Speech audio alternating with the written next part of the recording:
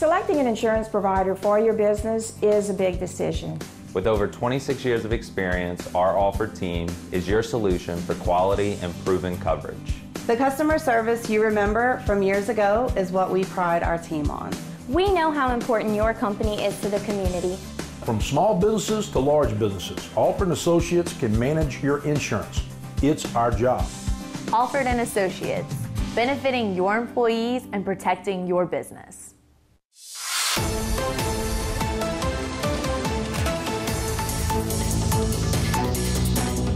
Happy to give you all an update of what's been going on over the course of the last week.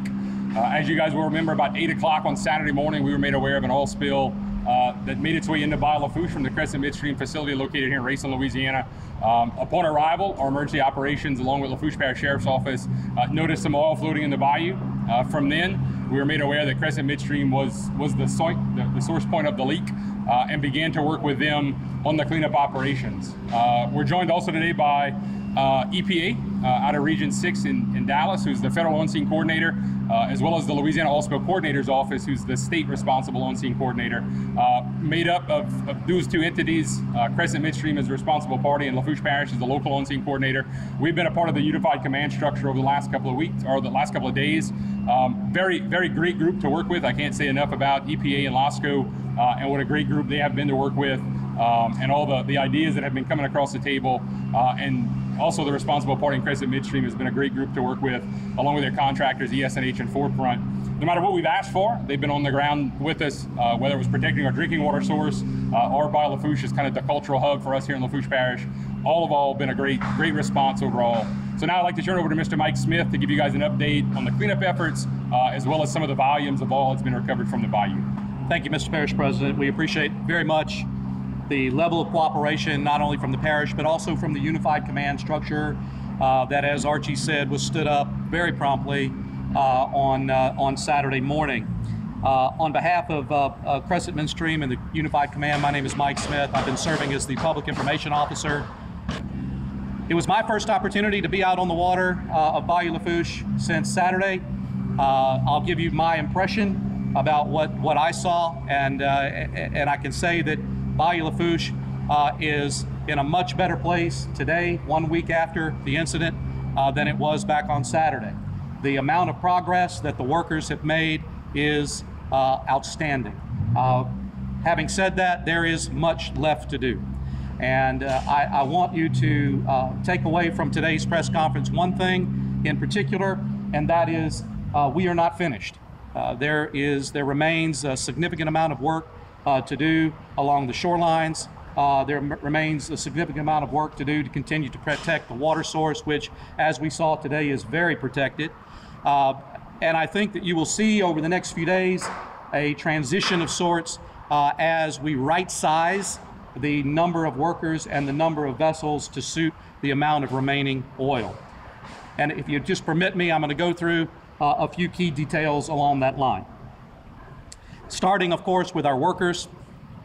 As you know, we've been under heat advisories here. The working conditions out on the water are incredibly difficult. We have thankfully only suffered 3 minor first aid incidents since the start of this incident back on Saturday. Each of the workers were treated by medical professionals and released and returned to work immediately after that treatment. We continue to stress heat safety, and those of you that were out on the water with me this morning can attest. Even though we were there in morning hours and technically not when the heat advisory started, it certainly can get to you and get to you very fast. I wanted to also stress to you today that with the onset of school and the return of teachers to school in Lafourche Parish, particularly to Central Lafourche High School, that we are providing proactive, ongoing air monitoring between the hours of 6 a.m. and 6 p.m. In the proximity of the high school. We have no reason to believe that there are elevated levels, and indeed data show that those levels are normal, but out of an abundance of caution to reassure the teachers and students who will be returning shortly, and their parents, of course, we took that proactive measure. The total volume of liquids recovered as of yesterday afternoon in Bayou Lafourche is approximately 1,300 barrels. Now, you might ask yourself, why is that number larger than 820 barrels that were previously reported as spilled in this incident. Quite simply, that 1,300 barrel figure is a mixture of both the crude oil and water from the bayou that are collected at the same time. That volume is then taken away, measured, and separated, and accounted for very, very carefully. So I would encourage those that are listening and watching to always remember that the number of recovered volumes in barrels will always be higher than the amount of crude oil that was spilled because of the introduction of that water. I also wanted to announce to you today the availability of a website through the U.S. Environmental Protection Agency that will report those volumes on an ongoing basis. The website is very long, and I'm going to encourage you to grab it from the Lafourche Parish Facebook page, Lafourche Parish Government Facebook page. It was in our 5 p.m. report yesterday, but the short version of that URL is storymaps.arcgis.com, storymaps.arcgis.com. You can find your way to it from there or get the exact link on the Facebook page that I mentioned. I want to encourage you to monitor that. It will be updated on a daily basis, and as are the air monitoring data as well. A few reminders. I would like to make sure that residents continue to join with us in reporting any oiled wildlife that they may see. Again, the phone number for that is area code 832-514-9663. 832-514-9663. I was very pleased that we did not see any oiled wildlife out on the water today on our visit.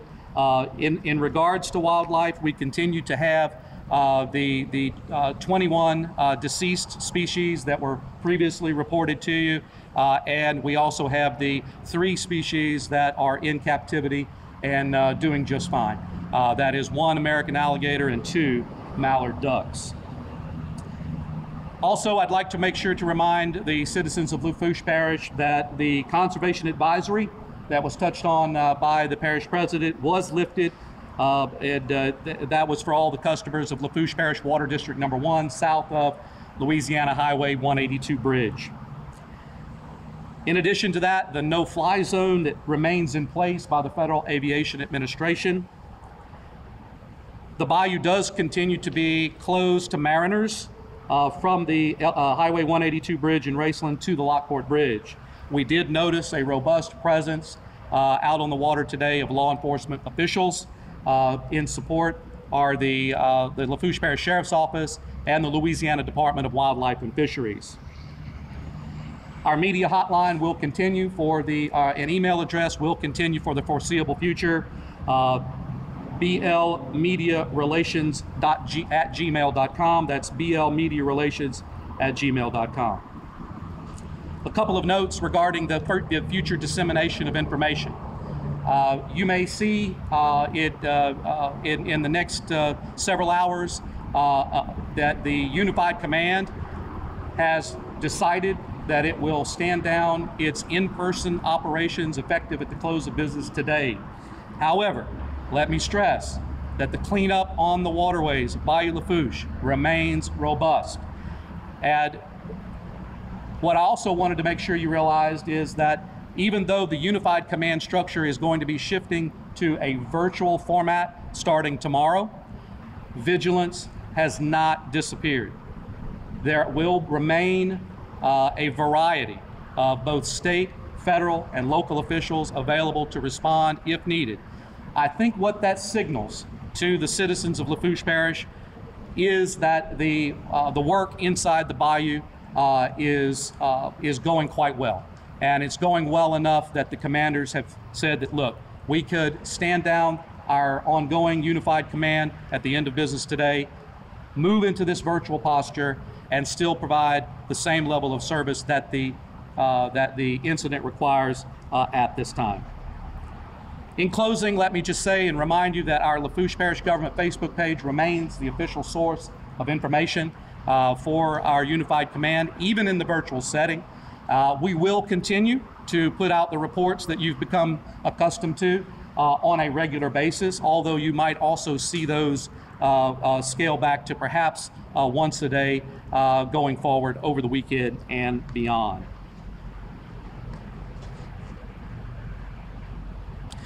Also, before we take your questions, I'd just like to commend again the workers, not only those that are on contract here with ES&H, all of the folks at the Unified Command Structure who have given of their time, in many cases 24/7 since last Saturday.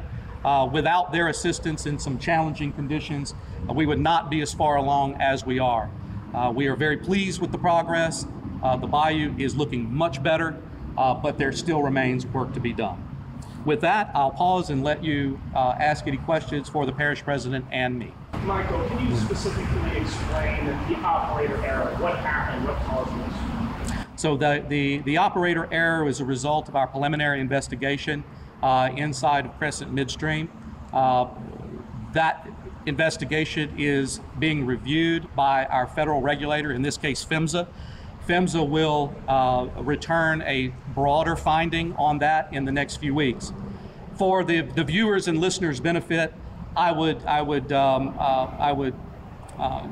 give you this, and that is, if there's an unfortunate airplane crash somewhere in the United States, there's always an initial cause, initial cause that is spoken about.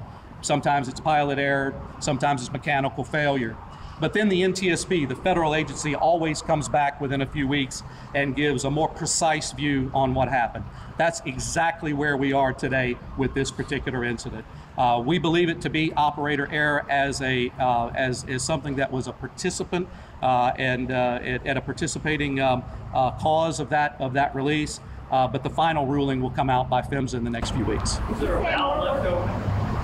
Our preliminary findings are that there was a valve left open inside of the facility, and that crude oil was allowed to escape in that way. That was one of the key findings of that preliminary, again, investigation. Archie, can I ask you a question about the any symptoms that you are getting from the residents in the area? I know some people have come forward.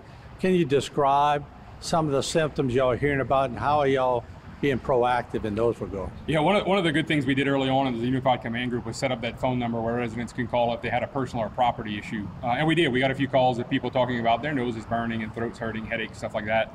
But again, working with our federal partners who had air monitoring constantly happening, working with the private contractor that was brought in by the responsible party, all of those claims were found to be non-existent, right? And again, as Mike mentioned, we are going to have continuous air monitoring continue around Central Lafourche High School as those teachers come back on Monday, as our kids come back on Wednesday, just as a precaution, right? That will run from 6 in the morning until 6 at night, so it's there before the kids and the teachers enter school and after extracurricular activities are over with. But again, nothing has come back over those actionable limits. No things with volatile organic compounds, those VOCs that you've heard us talk about, our levels of benzene. All of those negative readings have come back. And again, if you visit that story map that EPA has put together, the link that's on the press briefings that we send out every day, you can see the actual zoom in and see the dots of where that monitoring has happened. So if you had a particular issue where you thought something happened around your home, you could zoom in and there's probably a green dot or a green square, whether it was EPA's contractors or the private contractors. But a lot of those things have been found to be zero levels. Mr. President, can you give us your impressions of what you saw this morning on the boat? Yeah, look, in the early days, there was a lot of oil on the Bayou, right? I don't think there's any doubt between the video footage that you guys have all seen and saw in the first few days. But I will say the amount of oil left on Bayou Lafourche is minimal, right? A lot of what you're seeing now is the oil that's left in the vegetation that's going to have to work its way out through flushing operations and through just Mother Nature, right? As we see cycles in Bayou Lafourche come up and down, that stuff is going to wash out. As the ES&H crews continue to work their way south through the impacted area, they're going to do that copious flushing and you're going to see it come out. And that's something that I think, as Mike alluded to, is the reason nobody's going anywhere.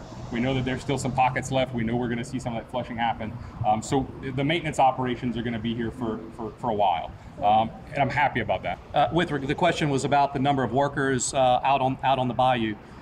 We are confident that the initial surge of workers that were brought in and at one point numbered close to 160 at its height, that those workers have completed their initial task, which is to which is to retrieve most of the oil. These would be individuals that would be on some of the larger vessels that you might have seen, the Marco skimmers, the drum skimmers.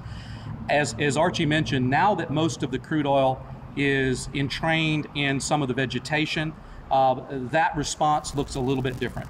And because of that, the number of workers that are needed for that is less.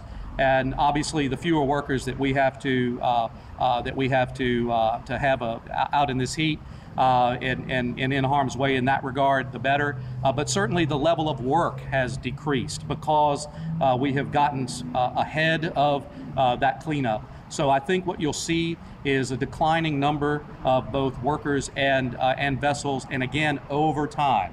We're probably talking about a number of weeks that you'll see a lingering number of vessels and workers to do the types of operations that Archie was mentioning just now. Related to the gallons and barrels number you just released, I guess yesterday, but referenced today, do you have any estimate as to how much crude oil is comprised of that larger number? We do not at this time because there's a process that our regulators have that we follow, where the oil and water are separated and counted. So that is a number that we will have over time. Right now, the process is to skim and to retrieve as much crude oil as possible, as quickly as possible, but to get that into containment. And go off and start that process that I just mentioned. If that storm they're predicting now moving into Florida would shift further west, what does that do to the whole cleanup situation? You know, we will certainly monitor it as a unified command. We will be watching that very, very carefully. Of course, our hope is that we'll remain storm-free here in Lafourche Parish. But you know, should a storm come, I can assure you that the unified command will take that under consideration and make the right decisions in the interest of safety, again, for the mariners that are on the water, that are a part of the cleanup. It's probably a little early to speculate. I know that you know, they're monitoring it right now, but the fact that it seems to still be a little ways off and a little more unknown about what's going to happen with that storm, you know, our focus remains right here on this waterway today. Michael, can you talk us through specifically which employees, or how is that valve supposed to be closed? Where was the disconnect? Now, all of that will come out in the final investigation with PHMSA. I'm not in a position to get ahead of their investigation, which they are commencing. The PHMSA regulators are on site and have been on site for several days. So I would defer those questions to them about their process that they will follow and their timeline. When they've asked us for information, we have certainly provided it right away. In fact, we have employees that are embedded with them to provide them whatever they need as soon as they need it. So that's where we are today. Is it a one employee situation, or does this involve multiple employees? Again, that will be up to PHMSA to help decide once they come out with their final investigation. We're assisting them in every way possible to understand exactly how this, you know, went wrong, and how we were able to discharge this water and crude oil off property. Michael, can you speak to the shutdown of the Crescent midstream pipeline, how that's affecting your customers to points north? So the PHMSA did order that both pipelines at the Raceland pump station be shut down out of an abundance of caution. Back on Monday, the company provided a restart plan for one pipeline that was not a part in any way. In fact, we call it the unaffected pipeline, if you will, that was had no role at all in this particular incident. And we await their concurrence on that plan. I understand that it's under review, and we anxiously await their answer. To your point, you know, we understand that the needs of the needs of Louisiana for energy are robust, and likewise, we know empirically that this pipeline in particular plays a very significant role in the energy security of our state, and we're watching that very, very closely.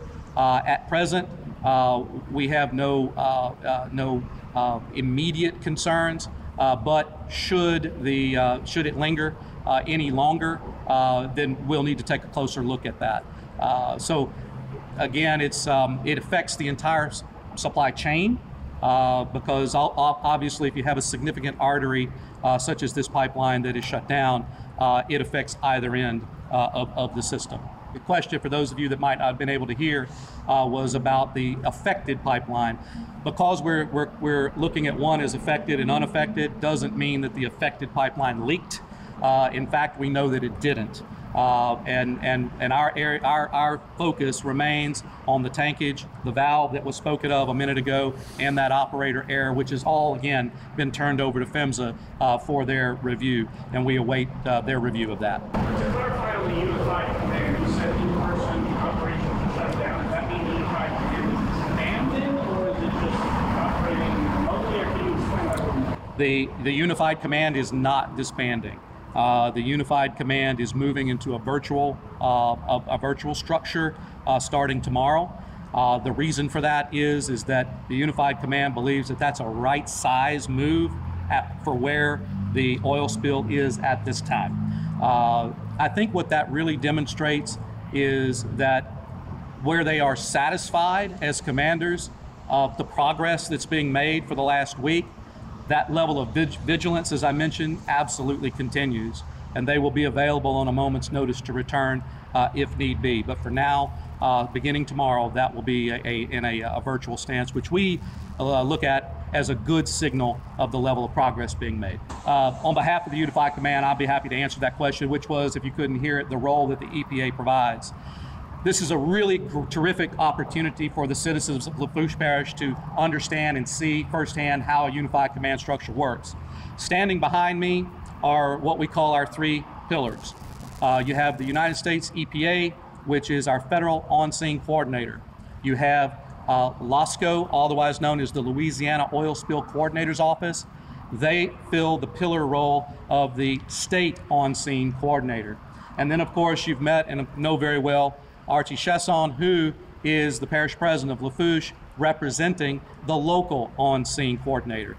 The three pillars of this response are absolutely pertinent because it allows for direct, consistent, timely, and accurate decisions to be made inside a room with concurrence from all parties. And I think that's one of the reasons why, and I was asked this earlier, how have you been able to move so quickly toward cleaning up the oil in the first week? I give credit to that unified command structure and their ability to make decisions, deploy assets, and to determine precisely where to place those assets inside of Bayou Lafourche to be as effective as they have been. Let me turn it over to the parish president for a word of closing. Yeah, thanks, Mike. Just as a reminder, a couple of key points that Mike touched on. The conservation order was lifted from our water district. The water intakes and the water system here in Lafourche Parish is still very safe to drink. As I've joked all week, I've made my coffee with it and took my medicine with it. So it's very, very safe for our residents to drink. Again, cleanup will continue. You're going to see some things start to ramp down, some vessels start to disappear. Our boat launch in Lockport will be used as one of the decon facilities as those boats come off the water. So we do have a portion of that area closed as well, just for safety of the residents and the boaters. So that'll be closed through the weekend as those decon operations start up and cease. But overall, great impression of the Bayou today. Lots of work still left to go, but we're very hopeful in the coming weeks we'll get the Bayou back to normal. So we thank you all for being here today, and God bless you.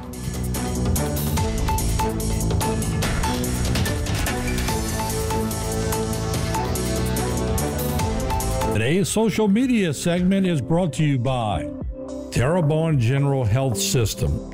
Your health is our legacy. Rouse's, you're either local or you're not. Buick, the craft of modern luxury. St. Martin and Bourke, know your rights.